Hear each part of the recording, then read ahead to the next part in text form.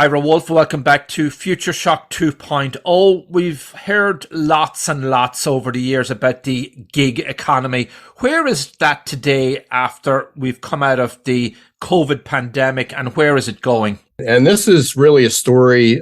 When you proposed this to me, I really had to do some homework on it. I thought I figured it out, did some research, and realized that I'm not sure anybody's figured it out yet. Let's start with what a gig economy is. It's a system of temporary, short-term, or contract positions for which companies employ freelancers or contractors. You talked about an underground economy. When I hear underground, I think it's almost people being paid off the grid.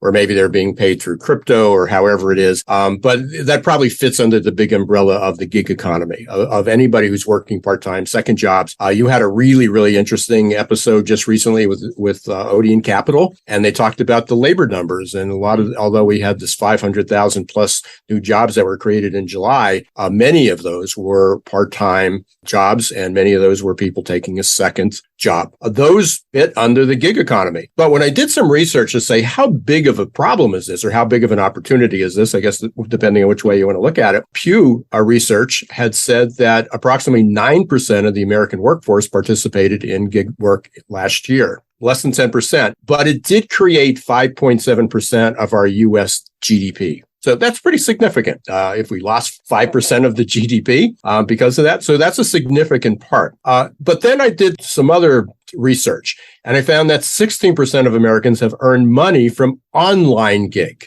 which doesn't make sense. If 9% is participating in gig work, now we're measuring it only online, and that would be through things like Upwork and Fiverr. Also interesting under that is 30% of the gig workers using online services are Hispanic, 20% are Black, 19% are Asian, and only 12% are white. So is the gig economy a lift for the minorities? So an opportunity there. But then I did a little more digging, and I came up with 59 million Americans are freelancing. That's 1/3, 36% of the total American workforce. So we went from 9% to 16% to 36%. And another survey from ADP said at 40% of organizations, 1 in 4 workers are gig workers. Wow. So I think one of the challenges is when we talk about gig economy, or we talk about these part-time jobs, hourly jobs, people taking second jobs, I'm not sure there's I think everybody's measuring it. And a lot of these are from companies, and obviously the data is skewed from their data. But it would be interesting, and maybe we can reach out to the Odeon Capital guys or some labor economists to see, is there a better measure of that? My guess is no, because most things are tracked on payroll. It's either full-time or part-time. But I'm wondering, Ira, does some of what you've laid out there explain why it's hard to get workers in the traditional economy, as it were, that workers in the gig or underground are not kind of listed as working? Yeah, John, we've been doing this too long. You're reading my mind. We just had a conversation about this, and there's a shift. There was a white paper that was just released, and they talked about the shift from people hiring people for jobs. And you hire a person for a job, they have a skill set. Maybe they're good at data. Maybe they're good with people. Maybe they have healthcare skills, or they got sales skills, whatever it might be. But they may bring other skills to the table.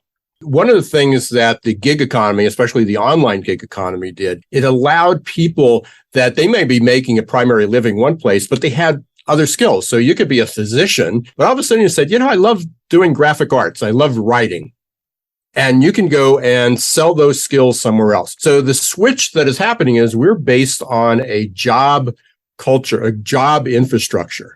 And we need to be more based on a skill infrastructure. You need to hire people for skills, but that completely disrupts how we pay people. And it disrupts how the government classifies workers, that you hire a person, they work for 40 hours, you have a job description, they have certain skills. And we're saying, well, what if we only need that person for 10 hours a week? We only need this skill set, but they can work for 3 or 4 other companies using the skill sets that they're good at that other companies need. We're just not set up for that. So this is a real disruption. I want to go back. One thing is also, when we look at gig workers, it's also a very local geographic phenomenon. Florida has the highest concentration of gig workers, probably because you can go there. It's good climate, and you can live there, so you can live anywhere and work anywhere. So 22% of workers in the state are doing gig work in Florida. In California, it's 20%. Texas is 18%. Illinois, it's 18%. So there's some big numbers there, but there's other areas of the country where it's a very small percentage. Yeah, you got the DoorDash drivers and Uber drivers, but that's really about it. Yeah, it's like everything else is we have to talk about geography and locale when we're talking about this, because it's not necessarily a nationwide phenomena or that's significant in every one of those areas.